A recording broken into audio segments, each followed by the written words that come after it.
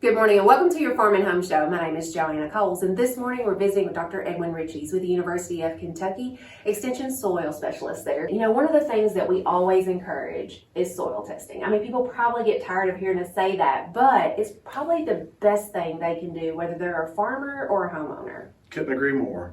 And I don't know what you charge here, but $7. $7. There's very few things in life you can do that for $7 that gives you as much information as you get from that $7 test. But the test is only as good as the sample. You couldn't be more true. Exactly. Junk in, junk out. So if you take a sample that is very representative of the area you're interested in, whether it's your flower bed or your garden or a 20-acre alfalfa field, it's only as good as that sample is, and the results in your application of nutrients is only as good as that. So we fill up, a little bag with it, but of that bag, we only use about 1 teaspoon of that. So you want to make sure you get a very, very good representative sample. So when we get that 1 teaspoon, it represents that area. So if you're in no-till or a lawn or pasture, we recommend sampling to 4 inches, so 0 to 4 inches. Try to knock that top little organic layer off so you're just getting soil. And then if you're in a garden situation or you're using tillage in your farming operation, we go to 6 inches or the depth of tillage. And that really does make a difference on the recommendations that you receive. And you talked about getting that good random sample. How many cores in an area should you get? The short answer is more is better, but we try to encourage at least 20 samples to get in that bucket, mix them up well, and then pour a thoroughly mixed sample into that bag, and then bring it here to you, turn it into the extension office, and send that off for analysis. There's not really a best time. What we want to try to do, though, is sample at the same time year after year after year. So if it works out for you to do it in the spring, take it in the spring so you can see how your soil test values trend. You know what you applied. Okay, I followed our recommendations. I did that for 3 years in a row, and now they're going up higher than we need them to. So maybe you don't have to apply quite as much.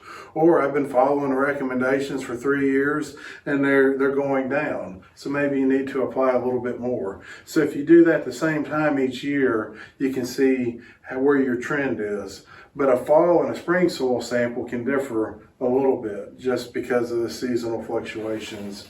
Absolutely. And when you get those soil tests back, what will it tell you? You say it was like the best information, but what does it tell you? Okay, so it doesn't tell you anything about nitrogen from that soil test. That soil test or that soil recommendation will give you a nitrogen recommendation based on the crop that you're growing. But then what it tells you is how much available phosphorus is in the soil, how much available potash is in the soil, and then if you're growing corn, how much available zinc is in the soil. Those are the 3 big things, plus soil pH and buffer pH. So you know how much lime you need to add, how much phosphorus, how much potassium you need to add per the crop that you're growing. So alfalfa is going to have a different recommendation than a cool season grass, which is going to have different than burley tobacco or soybeans. So each of those recommendations are specific to the crop. If you have a pH of 7.2 and you're trying to grow blueberries, might be not a bad idea to try to find somewhere else to grow your blueberries that's more acid. If not, you need to acidify. Most of the time our soils are naturally acid in Kentucky, so we're having to add lime or something to increase the soil pH. And if we're having some maybe yield issues or maybe our lawn's not growing like we want it to, a soil test will be able to tell us that.